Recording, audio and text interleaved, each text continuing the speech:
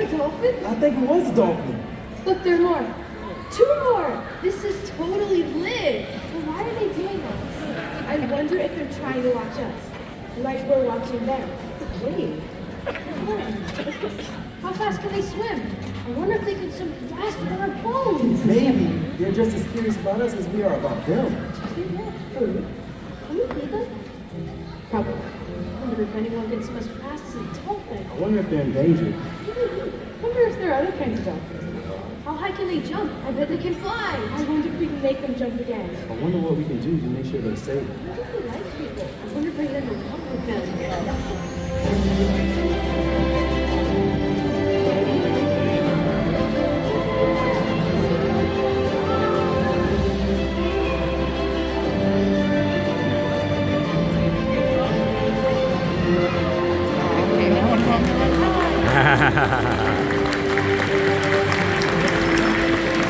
It's blue.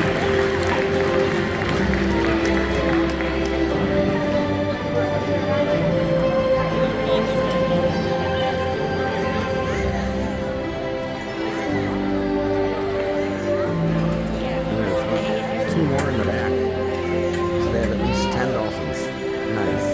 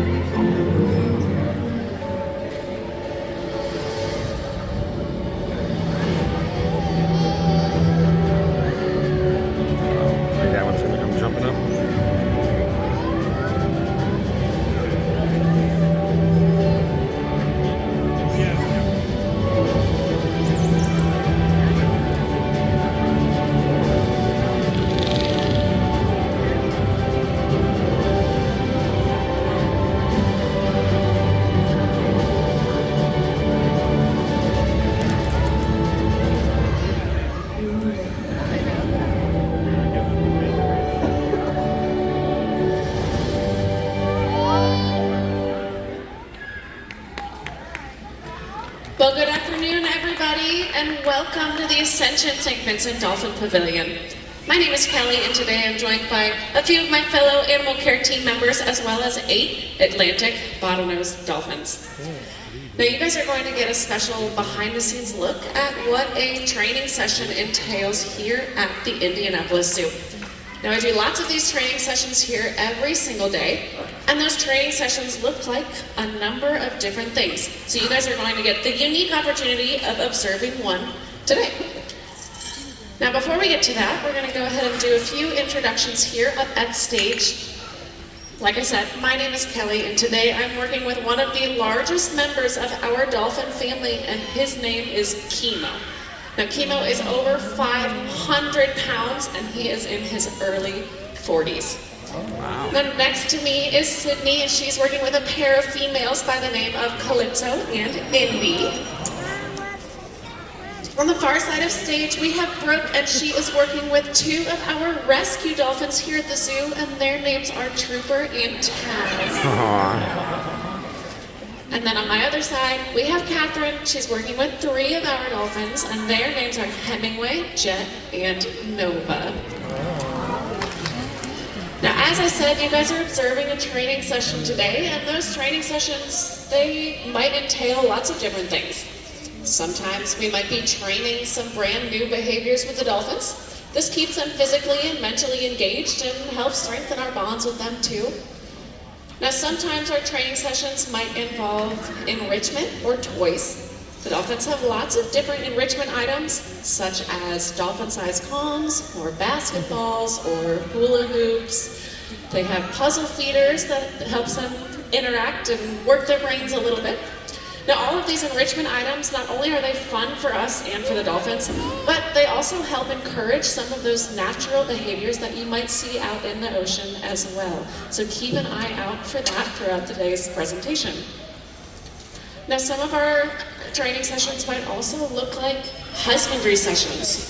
So that's just a fancy word for any time that the Dolphins are participating in their own veterinary care. And we work really, really hard to train certain husbandry behaviors, and those might be simple behaviors such as looking at their eyes, checking inside their mouth, using a stethoscope to listen to them breathe. But we also train some pretty big husbandry behaviors too, and those might involve voluntary ultrasounds or voluntary blood draws. Now, it's really important that we maintain a high level of trust and respect with the Dolphins in order to train some of those more invasive husbandry behaviors.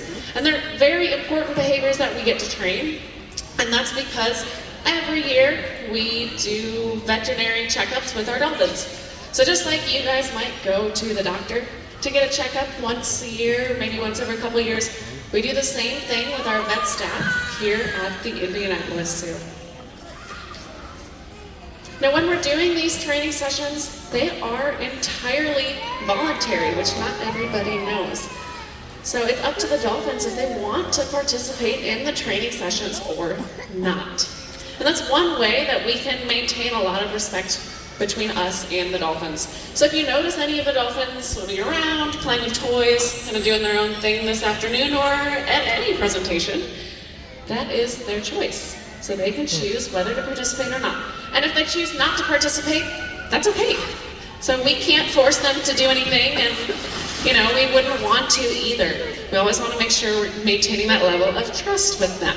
So if they choose not to participate, we would simply step away and then come back at a later time in order to get them the rest of their diet. Now, speaking of their diet, every Dolphin here at the Indianapolis Zoo has a very unique diet that is tailored special to them. So it looks like we all have the same silver bucket, but in reality, every single bucket that the trainers are holding is labeled based on a specific individual Dolphin. And that's to make sure that they all get their individual and unique nutritional requirements met. Now, as I said, these are Atlantic bottlenose dolphins. We have a pod of 15 bottlenose dolphins here at the Indianapolis Zoo. Now, the term bottlenose, that's a little bit misleading. So that is actually referring to their mouth, not their nose. And it's called a rostrum. Now, inside of that rostrum, the dolphins have 80 to 100 cone-shaped teeth. Now, the teeth that the dolphins have, they don't use it for chewing their food. They do use it in order to catch fish, and they use it in order to interact with each other, which you might observe throughout today's presentation. Now, one pretty fun fact about the dolphins' teeth is that dolphins only get one set. So if they lose a tooth, or if it gets damaged or broken, that is all they get throughout their lifetime. And it's pretty common for especially older males to have some worn down teeth, and that's because they only get one set from birth. Now, bottlenose dolphins, they also have that big dorsal fin on their back. That keeps them stabilized as they are swimming through the water, and it helps them regulate their body temperature as well. So kind of like we get a little bit flushed or red or pink if we are warm. These guys, they've got a lot of capillaries inside of that dorsal fin, so it helps them regulate their body temperature too. Now, the small flippers on either side of their body, those are called their pectoral flippers. Now, inside of those pectoral flippers, they actually have 5 unique digits, just like we do. It's just a little bit more streamlined to have it in that flipper shape as they live in the ocean. Now, from that dorsal fin all the way down the rest of their body is their tail or their peduncle. Now, the dolphin's tail, it is incredibly impressive. So you'll notice as the dolphins are swimming, they're pumping their tail in an up and down motion, and that can generate enough speed and momentum to reach 20 to 25 miles an hour as they're swimming. And they also use that tail in order to reach incredible heights. So those buoys that you see hanging from the ceiling, those are about 14 feet off the surface of the water. And even some of our youngest dolphins have no problem hitting those buoys. So we're gonna see if Hemingway can show off exactly what I'm talking about. Oh. Well, he just did another impressive jump, and that's amazing too. But it's all because of those powerful tails. So let's see, Trooper's gonna give it a try on the other side. There we go. And nice. Trooper is actually our youngest dolphin. So like I was saying, even at a young age, they are incredibly athletic, very impressive animals, and they've got no problem reaching heights such as that. Now, as we are doing our training session today, we are using something called positive reinforcement. So really all that means is that if we ask the dolphins to do a behavior and they do it correctly, we'll let them know by blowing our whistle here, which is called a bridge, and then rewarding them with some sort of reward that they find reinforcing. So the most obvious reinforcer or reward that the dolphins get is their fish. Now they get capelin, they get sardines, they get herring, they get lots of different types of fish, and they find all of those very reinforcing. But their rewards are not always fish. It could come in many forms. So sometimes if they get something right and we want to tell them good job, we can give them a back rub or a belly rub. They really like toys, we can reward them with that. Some of them really enjoy ice cubes, and some of them even enjoy unflavored and unsweetened Jell-O.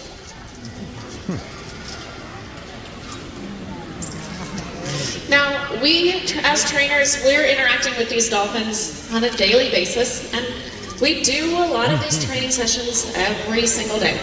Now, we do them on the weekends, like today. We do them on holidays. Even on Christmas Day, we've got trainers here working with our dolphins to make sure that they are always receiving the best care possible. So we've built very strong bonds with them, and we care about them very deeply. But we also care about their counterparts out in the ocean as well. And there are some things that we can do in order to protect them. Now, one thing that we can do is limit our single-use plastics. I know we live in Indiana, and we're not on a coastline. However, all of our waterways are connected, so our streams and rivers do eventually make their way down into the Gulf and out into the ocean. Now, another thing we can do is make sure we're shopping for sustainable seafood. It's a really good idea if you're picking a restaurant or if you're buying seafood from the grocery store to do your research beforehand to make sure that the seafood that you're buying is not creating a negative impact on the ecosystem. But now that you guys know a little bit more about all the dolphins here at the zoo, as well as how we can protect their counterparts out in the ocean, we're going to turn on some music and put all of their training together and celebrate how amazing they are. Nice.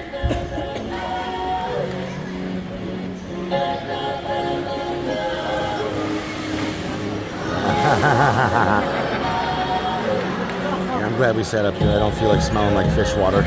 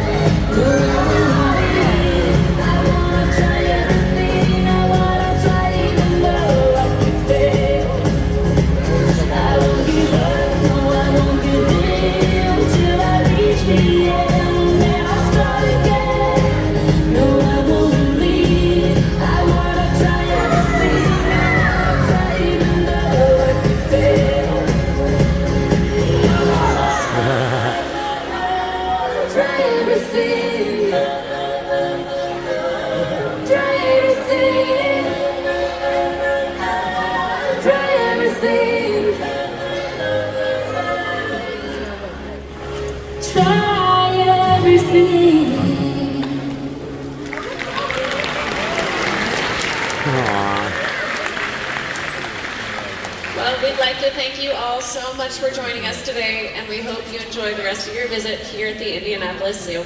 Goodbye, everyone. Woo!